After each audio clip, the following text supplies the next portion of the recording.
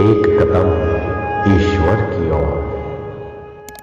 निर्वाण प्रकरण पूर्वार्ध सर्ग 22वां। पुनः देखे गए वशिष्ठ के अष्टम जन्म आदि का सम और अर्धसम सृष्टि का तथा क्षीर सागर के मंथन आदि का वर्णन।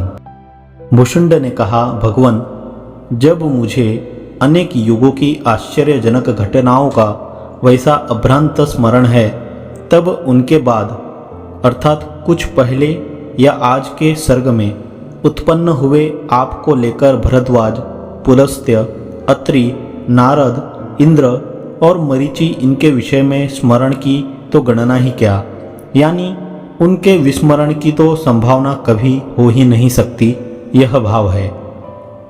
पुलह, उद्दालक आदि तथा क्रतु, भृगु, अंगिरा आदि सिद्ध ऋषि, सनत कुमार आदि ब्रह्मर्षि एवं भृंगिश, स्कंद, गजवदन आदि शिवजी के पार्षदों के विषय में तो स्मरण की गणना ही क्या। गौरी, सरस्वती, लक्ष्मी, गायत्री आदि अनेक उनकी शक्तियों तथा सुमेरु, मंदर, कैलाश, हिमालय, दरदूर आदि पर्वतों के विषय में स्मरण की तो गणना ही क्या। हयग्रीव आदि दानवों, हिरण्याक्ष, कालनेमी, बल, हिरण्यकशिपु, क्राथ, बलि, प्रह्लाद आदि दैत्यों के विषय में स्मरण की तो गणना ही क्या। शिबी, न्यंकु, पृथु, उलाख्य, वैन्य, नाभाग, केली, नल, मांधाता, सगर, दिलीप, नहुष आदि राजाओं के विषय में स्मरण की तो गणना ही क्या। आत्रेय, व्यास, वाल्मीकि, शुक, वात्स्यायन आदि तथा उपमन्यु, मणिमंकी, भगीरथ, शुक आदि के विषय में स्मरण की तो गणना ही क्या। जो स्वल्पतर भूतकाल में उत्पन्न है, जो कोई कुछ दूर के है तथा जो आज के कल्प में उत्पन्न है, उनके विषय में स्मरण की गणना ही क्या, यानी पूर्वोक्त सभी लोगों के विषय में विस्मरण हो ही नहीं सकता, यह भाव है। हे मुने, ब्रह्मा जी के पुत्र आपका यह 8वां जन्म है। उस 8वें जन्म में आपकी और मेरी संगति हुई, इसका मैं पहले से स्मरण करता हूँ। 8 जन्मों में क्या मैं ब्रह्मा जी का ही पुत्र रहा? महाराज वशिष्ठ के इस प्रश्न पर पक्षींद्र भुषुंड जी नहीं यों उत्तर देते हैं। हे मुने, आप किसी समय आकाश से उत्पन्न होते हैं, किसी समय जल से उत्पन्न होते हैं, किसी समय वायु से उत्पन्न होते हैं, तो किसी समय पर्वत और अग्नि से उत्पन्न होते हैं। समस्त कल्पों में तत अधिकारी पुरुषों के नाम और स्वरूप एक से होने पर भी सब पदार्थों के सब अवयव और आचरण एक ही होने चाहिए, यह नियम नहीं है, किंतु काकतालीय न्याय से किसी समय एक से ही हो जाते हैं, इस आशय से कहते हैं। महाराज वशिष्ठ जी, यह सर्ग जैसा है, इसका जिस प्रकार आचरण है, इसके जिस प्रकार के अवयव, संस्थान तथा दिशागण है, ठीक इसी तरह के 3 सर्ग पहले हो चुके हैं। इसका मुझे स्मरण है। मुनिवर, मुझे ऐसे 10 सर्गों का स्मरण है, जिनमें देवताओं के निखिल आचरण तथा अवयव गठन एक रूप थे, उनकी आयु समान थी एवं अपने नियत तत अधिकार पदों में उनकी स्थिति असुरों द्वारा चालित नहीं हुई थी। आचारों की समानता बतलाकर सब उनकी विषमता बतलाते हैं। हे मुने, जल में डूबकर तिरोहित हुई पृथ्वी का समुद्र से भगवान कूर्म ने ही, न कि वराह ने, 5 सर्गों में 5 बार उद्धार किया। हे महाराज, मंदराचल के आकर्षण के लिए किए गए भारी प्रयत्न के कारण व्याकुल हुए देवता एवं दानवों से युक्त यह अमृतार्थ समुद्र मंथन 12वां हुआ, ऐसा मुझे स्मरण है। महाराज, पहले स्वर्गस्थ समस्त देवताओं से कर लेने वाला हिरण्याक्ष 3 बार समस्त औषधियों तथा रसों से परिपूर्ण इस पृथ्वी को पाताल में ले गया। रेणुका के उदर से जन्म लेकर भगवान नारायण ने परशुराम अवतार से शून्य अनेक सर्गों के व्यवधान से भी यह 6ठी बार क्षत्रिय विनाश किया। हे मुनिश्रेष्ठ, 100 कलियुग हुए और किकट देश के राजा रूप से यानी महाराज शुद्धोधन के पुत्र रूप से भगवान नारायण ने 100 बार बुद्ध दशा प्राप्त की, इसका मुझे स्मरण है। महाराज चंद्रमौली महादेव जी ने कल्पों में 30 बार त्रिपुरों का विनाश किया, 2 बार यानी प्रत्येक कल्प में स्वयंभुव और चाक्षुष मनवंतर में दक्ष प्रजापति के यज्ञों का विध्वंस किया तथा अपराधी 10 इंद्रों को दंड दिया, अर्थात उनके पदों से उन्हें च्युत कर पर्वत की गुफाओं में बंदी बनाया अथवा वज्र सहित उनके हाथों का स्तंभन किया, इसका मुझे स्मरण है। मुनिवर बाणासुर के लिए माहेश्वर एवं वैष्णव नामक जोरों और प्रथम गणों को शौर्य उत्साह बढ़ाकर प्रवृत्त कराने वाले तथा देवताओं की सेनाओं को प्रचुर मात्रा में क्षुब्ध कराने वाले हरि और हर के 8 संग्राम हुए, इसका मुझे स्मरण है। मुने, मैं युग युग में अध्येता पुरुषों की बुद्धियों के न्यूनाधिक भाव के कारण क्रियाओं की अर्थात ब्रह्मचर्य, गुरु सेवा, भूमि शयन आदि क्रियाओं की, अंगों की अर्थात शिक्षा, कल्प आदि अंगों की एवं पाठों की अर्थात अवधान पूर्वक स्वर, वर्ण आदि के उच्चारण रूप पाठों की न्यूनाधिक प्रयुक्त विचित्रता से युक्त वेदों का भी स्मरण करता हूँ। हे पाप शून्य, युग युग में प्रत्येक द्वापर के अंत में निर्माताओं के भेद से अनेक पाठ वाले एकार्थक तथा अत्यंत विस्तार युक्त पुराण प्रवृत्त होते हैं, इसका मुझे स्मरण है। मुने, युग युग में वेद आदि शास्त्रों के विद्वान व्यास, वाल्मीकि आदि महर्षियों द्वारा विरचित उन्हीं महाभारत, रामायण आदि इतिहासों एवं दूसरे इतिहासों का भी मैं स्मरण करता हूँ। महाराज, मैं आश्चर्यजनक महती घटनाओं से परिपूर्ण प्रसिद्ध रामायण से भिन्न दूसरे रामायण नामक लक्ष्य श्लोकात्मक ज्ञान शास्त्र का जो ब्रह्मदेव द्वारा वशिष्ठ, विश्वामित्र आदि को उपदिष्ट था, स्मरण करता हूँ। उस शास्त्र ज्ञान में मनोयोग देने वाले महानुभाव के अंतकरण में हाथ के फल के सदृश श्री राम जी की नाई व्यवहार करना चाहिए और रावण के विलास की नाई विलास नहीं करना चाहिए, यह ज्ञान समर्पित किया गया है। उक्त ज्ञान शास्त्र के निर्माता महर्षि वाल्मीकि है और अब उनके द्वारा वशिष्ठ राम संवाद रूप दूसरे 32,000 श्लोकात्मक महारामायण रूप ज्ञान शास्त्र की जो रचना की जाएगी, उसका भी मैं दिव्य ज्ञान की सामर्थ्य से मैं स्मरण करता हूँ। आप भी समय आने पर उसे जान जाएंगे। महाराज वशिष्ठ जी, इस भावी वशिष्ठ राम संवाद रूप शास्त्र ज्ञान की पूर्व कल्प के अथवा दूसरे किसी और वाल्मीकि नामक जीव के द्वारा यद्यपि पहले ही रचना की गई थी, तथापि कल्प के अंत में व्यवहारकर्ताओं की परंपराओं के उठ जाने से वह उच्छेद को प्राप्त हो गया था। अतः वर्तमान में उसकी पुनः 12वीं बार रचना की जाएगी। महाराज, इसी ज्ञान शास्त्र के बराबर दूसरा ज्ञान शास्त्र था जिसकी महाभारत इस नाम से प्रसिद्धि थी एवं प्राक्तन व्यास जी के द्वारा रचना की गई थी और जो इस समय जगत में विस्मृति को प्राप्त हो चुका है, मैं उसका स्मरण करता हूँ। उसी अर्थात पूर्व कल्प के अथवा दूसरे किसी और व्यास नामक जीव के द्वारा किए गए तथा कल्पांत में विस्मृति को प्राप्त हुए उस महाभारत की 7वीं बार रचना की जाएगी। हे मुनिराज, युग युग में प्रवृत्त हुए अनेक आख्यानों एवं शास्त्रों का जो चित्र विचित्र घटना सन्निवेशों से परिपूर्ण थे, मैं स्मरण करता हूँ। हे साधो, युग युग में पुनः पुनः उन्हीं पदार्थों को तथा दूसरे पदार्थों को मैं जानता हूँ, इसका भी मुझे स्मरण है।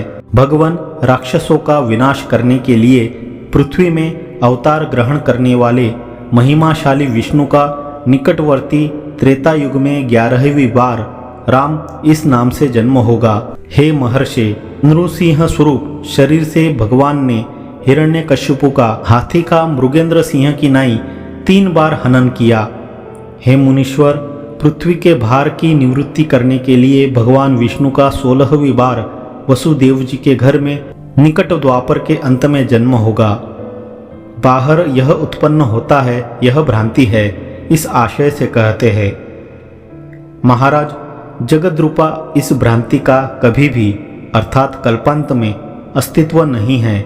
जल में बुदबुदों की नई स्थित हुई यह किसी समय ही अर्थात कल्पांत में अज्ञानवश अस्तित्व रखती हुई सी प्रतीत होती है। जल में तरंगों की नाई अति चपल आत्मा के अंदर रहने वाली यह अनित्य दृश्य पदार्थों की भ्रांति संवित स्वरूप आत्मा में ही उत्पन्न और तत्क्षण लीन हो जाती है। प्रत्येक सर्ग में भूलोक आदि की अवयवों से समानता का जो नियम है वह भी औत्सर्गिक है, यो कहते हैं। महाराज, ये तीनों जगत किसी कल्प में समान अवयव सन्निवेश अर्थात आकार वाले थे, किसी कल्प में अत्यंत विषम थे तथा किसी समय आधे समान रूप थे। इसका मुझे स्मरण है। मनु आदि अधिकारी पुरुषों के आकारों और चरित्रों की समता भी औत्सर्गिक ही है, ऐसा कहते हैं। महाराज, किसी एक कल्प में जो प्राणी जिस रूप के जो आचार व्यवहार करते थे, ठीक उसी रूप के वे प्राणी तत्परवर्ती कल्प में भी आचार व्यवहार करते देखे गए तथा दूसरे प्राणी उन्हीं के आचार व्यवहार करते देखे गए। इसका मुझे वर्तमान में स्मरण है। ब्रह्मन, प्रत्येक मनवंतर में जगत क्रम का विपर्यास हो जाने पर, अवयव सन्निवेश का परिवर्तन हो जाने पर और प्रख्यात जनों का प्रलय हो जाने पर मेरे दूसरे ही मित्र, दूसरे ही बांधव, दूसरे नवीन ही सेवक और दूसरे ही निवास स्थान हो जाते हैं। निवास स्थान के भेद को ही विशद रूप से बतलाते हैं। महाराज, किसी समय मैं एकांत में विंध्य प्रदेश में अपना स्थान बनाता हूँ, किसी समय सह्याद्री में अपना स्थान बनाता हूँ, तो किसी समय दरदूर पर्वत पर निवास करता हूँ, किसी समय हिमालय पर्वत पर वास करता हूँ, किसी समय मलय पर्वत पर स्थित होता हूँ, तो किसी समय प्राक्तन अवयव सन्निवेश से ही इस पर्वत पर आकर इस कल्प वृक्ष की शाखा में घोंसला बनाता हूँ। हे मुनिनायक, असंख्य युगों के बीत जाने पर भी इस समय प्राक्तन अवयवों के सन्निवेश रचना से ही यह कल्प वृक्ष उत्पन्न हुआ है। हे साधु, इसीलिए अपने प्राक्तन शरीर का सुखपूर्वक त्याग कर यह वृक्ष पूर्वतन अवयव सन्निवेश की अपेक्षा दूसरे अवयव सन्निवेश रूप परिणति को प्राप्त नहीं हुआ है, किंतु उसी सन्निवेश से यह उत्पन्न हुआ है। अर्थात प्रकृत श्लोक के उत्तरार्ध से तुम्हारी नाई यह कल्पतरु चिरंजीवी क्यों नहीं है, इस शंका का समाधान हो गया, क्योंकि उक्त कथन से पक्षीराज भुषुंड ने कल्प वृक्ष की चिरंजीविता नहीं बतलाई, किंतु शोभा सन्निवेश की समता से अभेद का उपचार ही बतलाया है। महाराज, मेरे पिता चंड के जीवन काल में इस कल्पतरुप की जो शोभा थी, ठीक वही शोभा इस समय भी है तथा जो उस समय इसके प्राक्तन सन्निवेश अर्थात अवयव विन्यास थे, उनके तुल्य दूसरे नवीन अवयव विन्यास इसके विहित है। मैंने यहाँ इस समय स्थिति प्राप्त की है। इसी प्रकार दिशा और पर्वत की ऐक्य प्रत्यभिज्ञा भी शोभा सन्निवेश की समता के कारण ही है, ऐसा कहते हैं। महाराज, पहले यहाँ अर्थात अतीत कल्प के इस प्रदेश में न यह उत्तर दिशा थी और न तो यह पर्वत ही था, किंतु पहले यह दूसरी ही उत्तर दिशा थी और यह दूसरा ही पर्वत था। तब उन दिशा आदि की नाई तुम भी प्रत्येक कल्प में दूसरे और समान सन्निवेश वाले क्यों नहीं हो, तो इस पर कहते हैं, मैं एक ही रहा और एक ही अवयव सन्निवेश से मैं ब्रह्मा जी की निशा का अतिक्रमण किया। तब उन दिशा आदि की नाई तुम भी प्रत्येक कल्प में दूसरे और समान सन्निवेश वाले क्यों नहीं हो, तो इस पर कहते हैं, मैं एक ही रहा और एक ही अवयव सन्निवेश से मैंने ब्रह्मा जी की निशा का अतिक्रमण किया, क्योंकि कल्पांत में पूर्वोक्त धारणाओं से स्थिर की गई निर्विकल्प समाधि के अवसान में पुनः उत्पन्न हुआ यह सर्ग देखकर मैं, वही यह मेरु पर्वत है, वही यह कल्पतरु वृक्ष है, यो प्रत्यभिज्ञायमान पदार्थ के रूप में ही इस सृष्टि को जानता हूँ। यदि मैं दूसरा होता तो तत् विषयिणी उक्त प्रत्यभिज्ञा अर्थात देखी हुई वस्तु को पहचानना नहीं होती, यह भाव है। इसी प्रकार पर्व के अवयवों से भिन्न दूसरे अवयवों का ग्रहण करने पर भी उस प्रकार प्रत्यभिज्ञा कर रहे मेरा विनाश नहीं है। इस प्रकार के गर्भित आशय वाली दिगुत्तराभूत इत्यादि उक्ति का उपादन करते हैं। सूर्य, चंद्रमा आदि ग्रहों से एवं नक्षत्रों के उदय, अस्तमय आदि नियत संचरणों से नियत उत्तर दिशा में अवस्थित मेरु आदि स्थान को लेकर ही पूर्व आदि दिशाएं व्यवहृत होती है। दूसरे सर्ग में तो वे दिशाएं उस मेरु पर्वत के ही दूसरे प्रकार से स्थित हो जाने पर चित्रपट के परिवर्तन से उसमें चित्रित मेरु पर्वत आदि के अधीन पूर्व आदि दिशाओं के परिवर्तन की नाई व्यत्यस्त स्थिति प्राप्त करती है। इस प्रकार अनियत स्थिति से दिशाओं का मिथ्यात्व सिद्ध होने पर तदनुसारी नियत अवयव सन्निवेश घटित सभी जगत में अनिवर्चनीयता रूप मिथ्यात्व दिखाई पड़ता है, ऐसा कहते हैं। महाराज, यह जगत न सत्य है और न असत ही है, यही मैं मानता हूँ। आत्मा की मायिक विक्षेप शक्ति से उत्पन्न हुआ तथा बुद्धि को भ्रमित कर रहा यह प्रपंच केवल मिथ्या ही प्रकट हो रहा है।